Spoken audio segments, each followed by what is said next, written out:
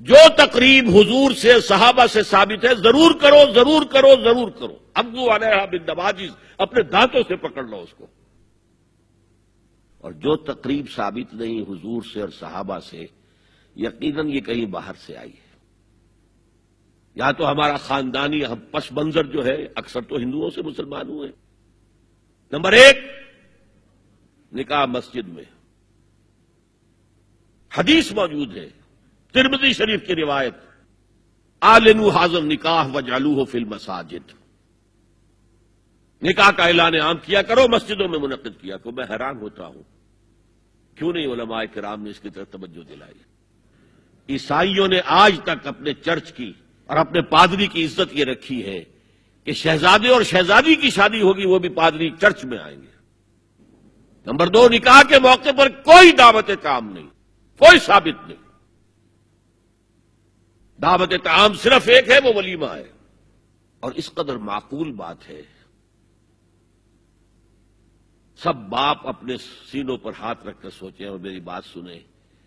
کیا بیٹی کو گھر سے رخصت کرنے کا وقت جو ہے وہ خوشی کا وقت ہوتا ہے؟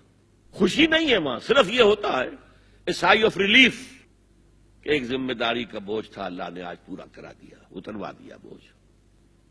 تو ان سے مرغ پلاؤ کھانا اور متنجن کھانا کوئی معقول بات نہیں ہے.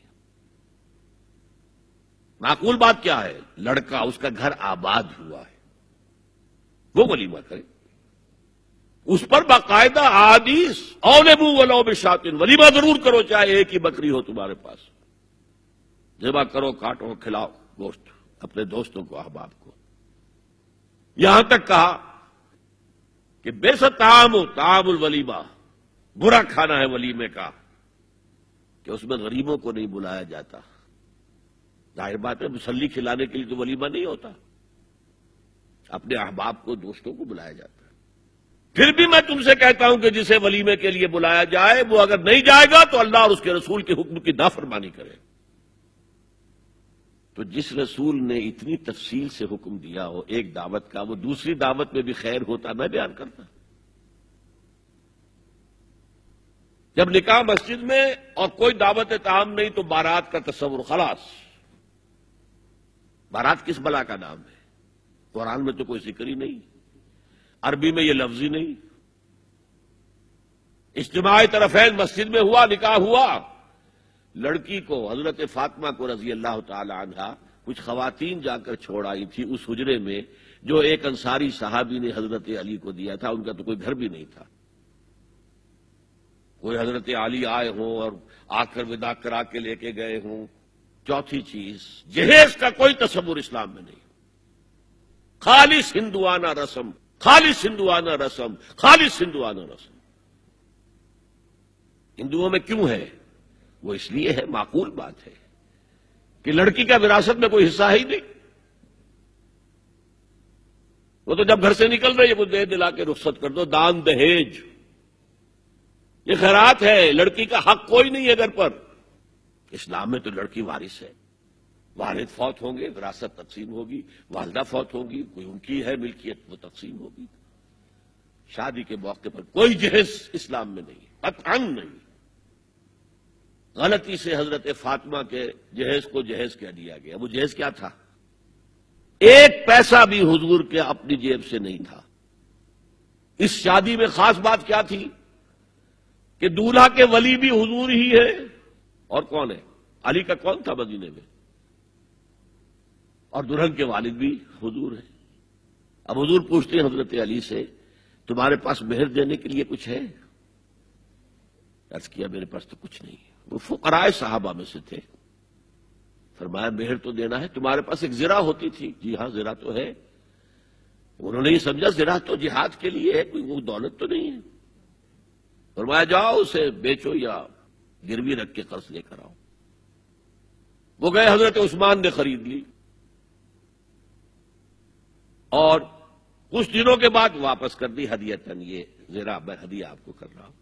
اس وقت اگر کہتے چھوڑو علی، کہاں تو لو میں پیسے دے دیتا ہوں تمہیں، تو ان کی طبیعت پر بار ہوتا. اس پیسے سے حضور نے کچھ پیسے گھر بھیجے اندر، دلہن کو ذرا تیار کر دو، اور کچھ پیسوں سے وہ ایک گدا جس میں کھجور کی کھال بھری ہوئی تھی اور 2 تکیے جس میں کھجور کی کھال بھری ہوئی تھی، ایک مشکیزہ کنویں سے پانی تو لانا ہی ہے نا، ایک چکی جو ہو یا گیہوں ہو پیسنا تو ہے نا، کوئی 1-2 برتن اور اللہ اللہ خیر صلی اللہ، یہ تھا جسے جہیز کہتے ہیں، جس میں 1 پیسہ بھی حضور کا شامل نہیں ہے۔ وہ حضرت فاطمہ کا مہر تھا جس سے بنایا گیا، ورنہ مدینے ہی میں دوسری آپ کی صاحبزادی کا نکاح حضرت عثمان سے بھی ہوا، کہیں ذکر ہے جہیز کا؟ حضرت عثمان کا گھر بھرا ہوا، ہر چیزیں موجود، وہاں تو پھر جہیز کا تذکرہ نہیں۔